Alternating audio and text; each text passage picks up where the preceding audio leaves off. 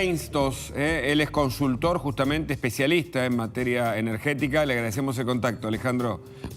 Buenos días. Buen día. ¿Es aplicable finalmente la segmentación, que es como una novela sin fin?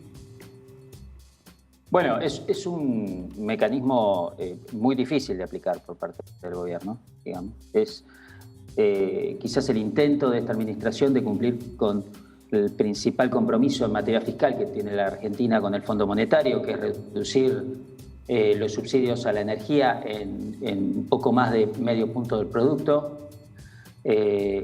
La inercia inflacionaria de nuestro país y la inflación importada por el producto de la guerra en Ucrania y el impacto en los precios de la energía importada que nosotros tenemos que realizar todos los años para abastecernos, hace que, según nuestras estimaciones en el Instituto Argentino de la Energía, del cual soy parte,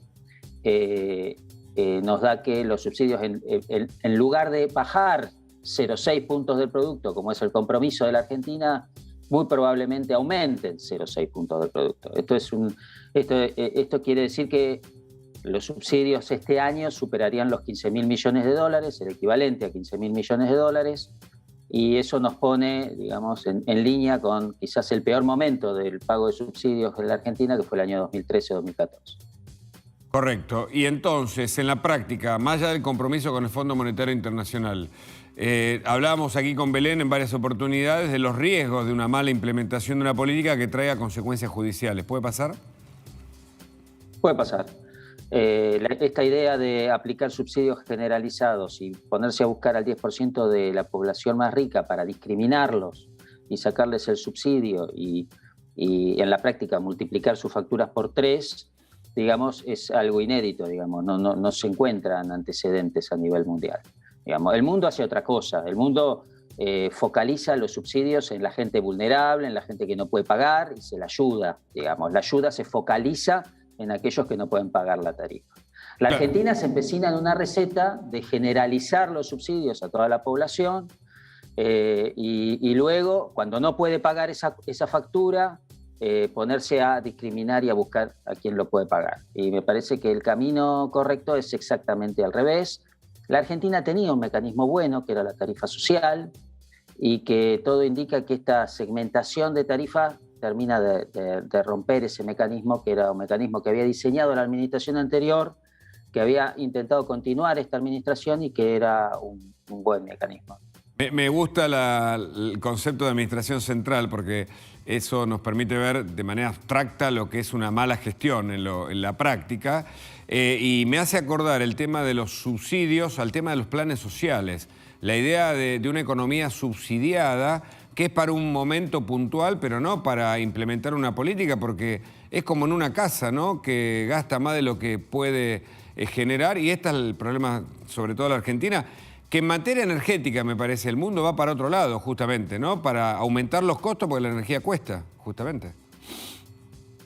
Así es. El costo tendencial de la energía aumenta. Eso se verifica en los últimos años. En la Argentina en particular, el desarrollo de Vaca Muerta, si bien es una muy buena noticia porque la Argentina tiene un recurso importante para abastecerse energéticamente, bueno, Vaca Muerta es un recurso de energía más cara que la energía que consumía la Argentina históricamente. Es decir, la producción no convencional de shale en Vaca Muerta es más cara, viene a reemplazar petróleo y gas que se producía de manera convencional más barato. Entonces los costos de la Argentina... ¿Por el fracking, por el modo de extracción? Así es. El modo de extracción es más caro, necesita más capital, necesita más inversión que la producción convencional que tenía la Argentina históricamente desde el principio del siglo XX. Entonces, los costos aumentan, los recursos son escasos, particularmente escasos en la Argentina, en una Argentina con problemas macroeconómicos fuertes, que necesita asistencia financiera internacional para poder solventar sus gastos, y bueno, necesita poner racionalidad en el segundo renglón del gasto de la Administración Pública Nacional, que son los subsidios. Usted piense esta cosa, este punto, Hugo.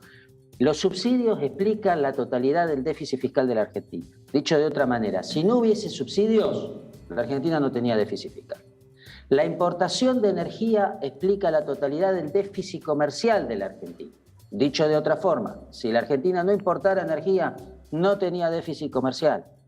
Entonces, la explicación de los déficits gemelos que tiene la Argentina, que la ahogan financieramente y la sumergen en la estanflación que estamos viviendo, bueno, tienen explicación en malas políticas energéticas, que hay que revisar, que hay que rever y que hay que desandar un camino que lamentablemente se volvió a transitar desde diciembre del 2019. Belén tiene una pregunta, por favor. Alejandro, buen día. Es interesante el planteo y bueno, hay mucho ruido respecto al crecimiento que han tenido los subsidios y cómo frenar esta ola. El gobierno identifica un 10% de la población que sería el más adinerado que puede pagar la tarifa plena, un 30% como el sector más vulnerable, quizás al que vos hacías referencia, y ese 60% que queda como en la línea intermedia, que bueno, lo que se considera es que no podría pagar la tarifa plena. Desde tu visión, ¿cómo se resolvería para ese 60% de la población? ¿Habría que llevar todo a la tarifa plena, que es aproximadamente un 65% en el caso de la electricidad, por ejemplo? Mira, el objetivo, Belén, el objetivo final es que todo aquel que no requiera ayuda tiene que pagar el costo de la energía que consume. Digamos, en eso me parece que no hay discusión. La energía es un servicio que tiene un costo y hay que pagarlo. Ahora, el tema es cómo llegás a ese objetivo. Claro. Hoy, una familia paga el 17% del costo, una familia en cualquier lugar del país paga el 17% del costo de la energía eléctrica que consume, el 27% del costo del gas que consume. Es decir, que en promedio el 80% del costo de la energía que vos consumís en tu casa y que yo consumo en mi casa, lo paga el Estado a través de subsidios. Eso implica multiplicar el costo que hoy pagamos por 5. Claro. Y esa tiene una incidencia en la factura por 3. Claro. El tema son los bajos salarios también, ¿no? La falta de equilibrio entre, digo, también bueno, hay... Pero es como un círculo difícil de salir.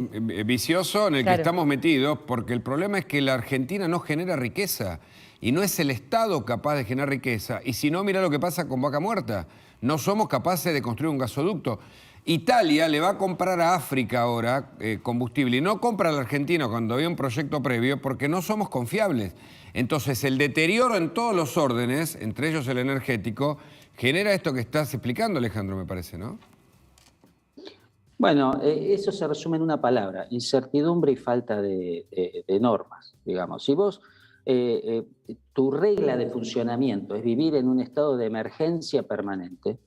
Nosotros 20 de los 22 años que lleva este siglo lo hemos vivido en emergencia, es decir, por fuera de los marcos normativos vigentes.